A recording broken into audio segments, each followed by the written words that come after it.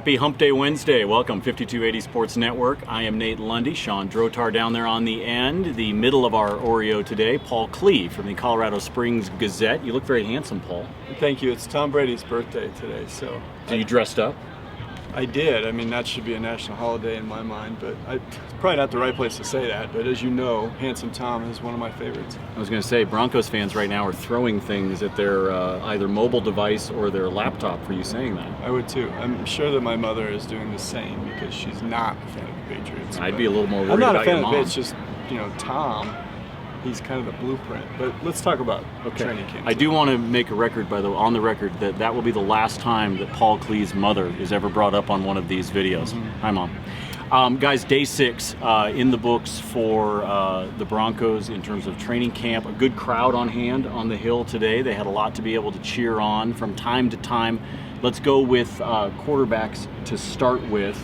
Trevor Siemian, Paxton Lynch, Mark Sanchez. In terms of performance today, Paul, rank them for me. The quarterback power rankings as I saw them today, and I don't know if everyone would agree with this, but I thought Trevor Siemian was the tale of today. I thought he was number 1 in the power rankings. He hit Cody Latimer on the right side for probably a 40-50 yard gain. It was a heck of a pass under pressure.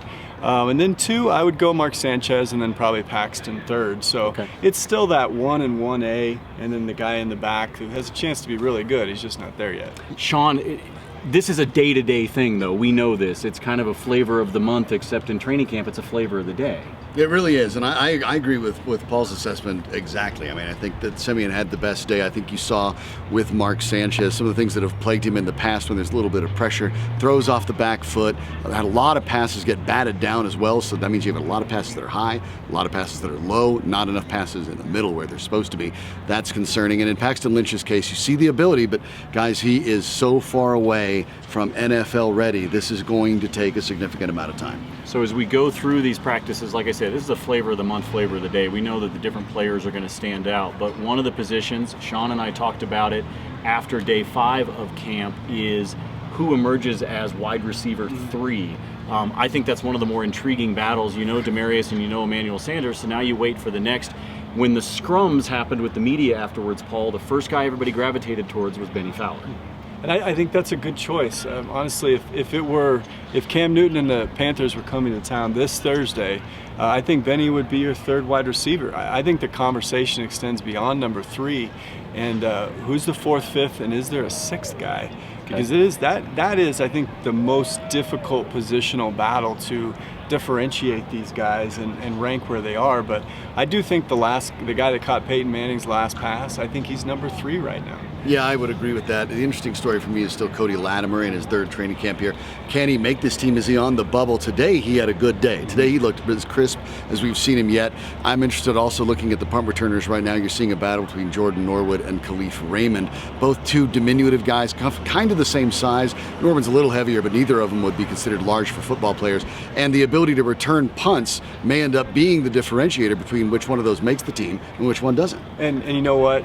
That receiver and returner battle, I think they go hand in hand in some ways. If Jordan Norwood, Khalif Raymond, those guys, if they can do both, it gives them an edge. You got a spot on the team because you don't have necessarily a returner right now, and I don't know that you have a 5th wide receiver that stood out, except for maybe Jordan Taylor, man. He was good again today. You know what? He hasn't had many bad days so far.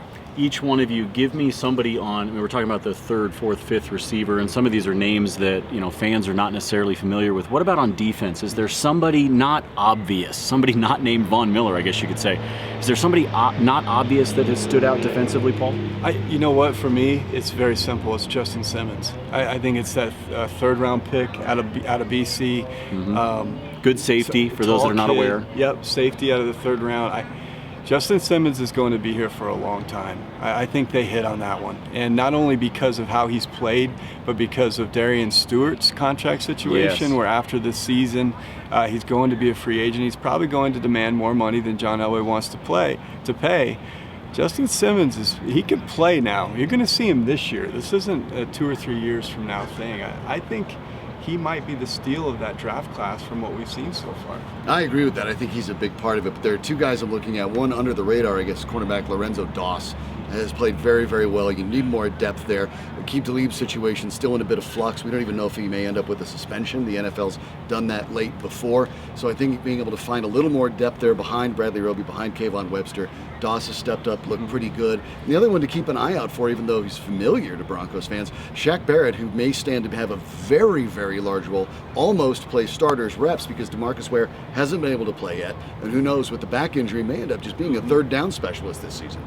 You may wind up in that situation. The beauty is every single day that we come out here, it's a different storyline. There's a different third wide receiver. Heck, there's a different top-rated quarterback. So keep hitting up 5280sportsnetwork.com, milehighsports.com as well. You follow Paul on Twitter @byPaulKlee, and of course everything at the Colorado Springs Gazette as well. Tons of coverage between the three of us. We appreciate you watching. We'll talk to you again soon.